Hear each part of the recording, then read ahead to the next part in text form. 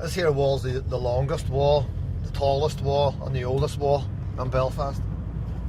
Before even this here wall was built, this particular one, there was a temporary wall built, like a tin wall, and they were easily knocked down. So that's why they had to build permanent ones. But whenever the walls were built during the Troubles, they were actually built as a temporary measure because they thought the Troubles would maybe blow over in 6 months or a year. 35 years later, they're still here, you know, so they're not going to come down, not yet.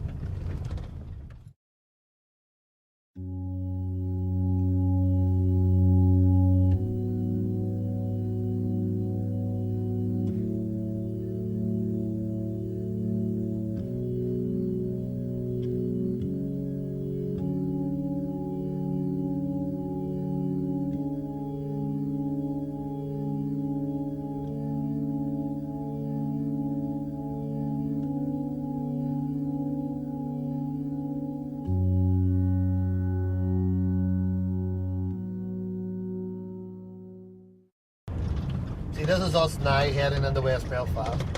Now, this here road that we're going on to, this is the Shankill Road. And the Shankill Road is a core of loyalism. 100% Protestant. No Catholics live here at all.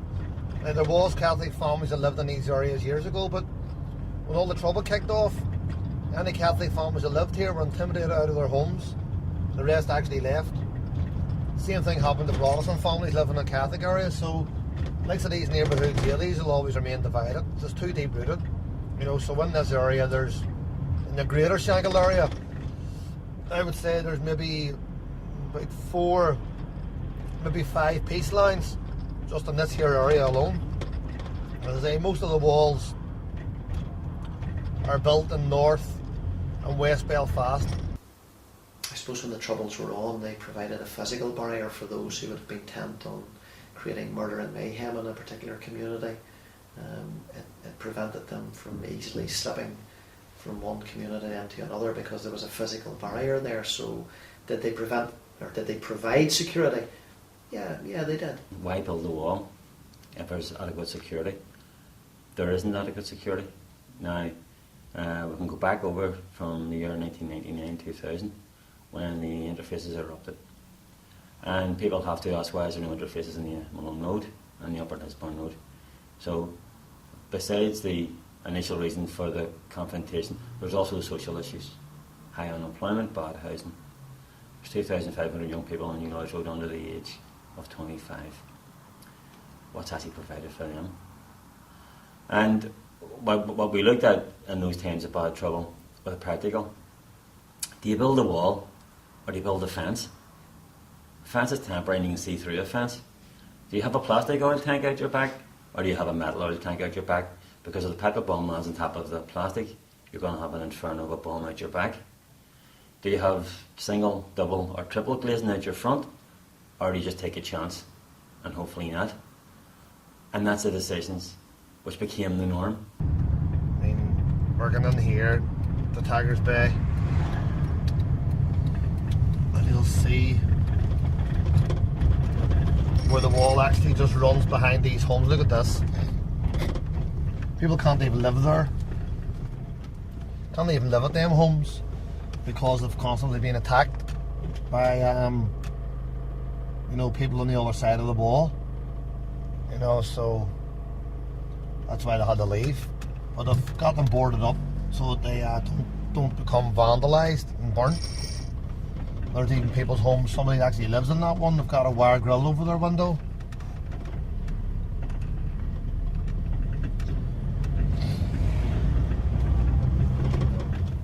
I also see a rise in negative attitude towards people from other countries, whether it's Polish people or Latvian or who are actually moving in.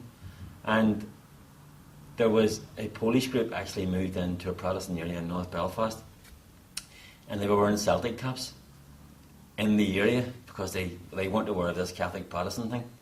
And we actually had to sit down and explain to people, well, look, listen, it's the culture, it could lead to a confrontation.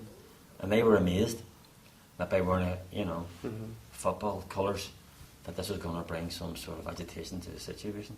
Well, some of them, some like Polish and Romanians would be living around these areas. Not a lot. A lot of them maybe are afraid to move into these areas because they don't know the score. Because these areas are all close-knit communities and everyone knows everyone's families. You know, so most of the like Eastern Europeans would be living up around the university area.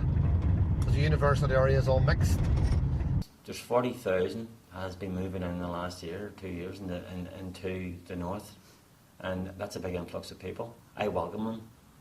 I think that we need them to be here for what they bring, and they bring a sense of their own culture, a sense of work, and that's what we need. Because for too long, if it is two camps, then that's, you know, and it's our wee province, then that's how it's going to remain. We're European now, you know. I'm Irish. People may say British. That's up to themselves. We are European, and we're part of the world. So people coming in, I would welcome them.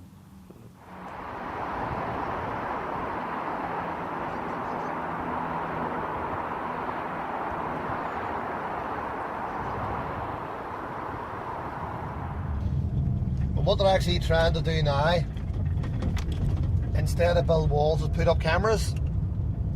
Because cameras aren't as ugly as a wall, and they would be maybe just as effective. But a lot of people would say the cameras are intrusive.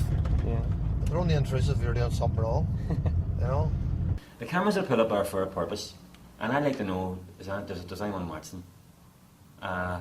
If there's a core group of young people who are involved with problems on a constant basis, and they're never arrested, to me the cameras don't work. So there's cameras there, you see, up on the pole. See? They've got the spikes around it in case anyone tries to climb up. Technologically, from our point of view, superb piece of equipment, very, very good. Has allowed us to do a lot of different things. Has allowed the communities, I would say probably in the last 10 years, 12 years in this area, to have a much more peaceful existence, particularly on the Limestone Road. So you can see here there's another wall, you know, and again this one here was made higher about 7 years ago. As you can see, the Protestant homes that are just beside it. It's not as ugly, this wall, as what the last one was, so maybe if that one gets knocked down, then maybe build a new one. Maybe a nice brick, you know. I mean, no matter what, a wall's a wall. You can see here, these here gates, again takes you into a Protestant area. The gates are closed at all times, as you can see. And you can see the opening times and the closing times for people to walk through. But they will be closed, 8 o'clock tonight, but not open until 7 o'clock in the morning. I'm also probably, if you wind the clock back, I would say that, you know, they got a degree of security and a reassurance from knowing that the wall was there and that their community wasn't easily accessible by those who wanted to do them harm. We all live for that time in utopia, where there are no walls anywhere in the world. You know, I was in prison when I was sitting watching the Berlin Wall coming down in 1990, and you knew then the drama and the trauma that was actually unfolding in Germany, and because the border, you know, was opening up, it was unifying the people whether they wanted to be unified or not. The economics was dictating this, and when a wall comes down, that's what you're unifying. You're unifying the people who actually live there. So I would be for the walls coming down, because there needs to be that coming together of all communities. So will their view change over time? Possibly. I mean, I genuinely hope that as the peace process matures, that community consultation and cross-community contact mature along with it, and that, you know, there's an understanding and acceptance of difference, and that it's okay to be different, and it's okay to think, you know, different things, and that because somebody does that, it's not a threat, and if it's not a threat, well, do you need a wall to prevent that threat? But that's maybe a generation away. You know, it's just a deterrent. There hasn't been there hasn't been much problems here over the past few years, but to try to prevent anything, so it means close gates and build walls. That's what they do. Yeah. People just accept it. It's no big deal. It's normal.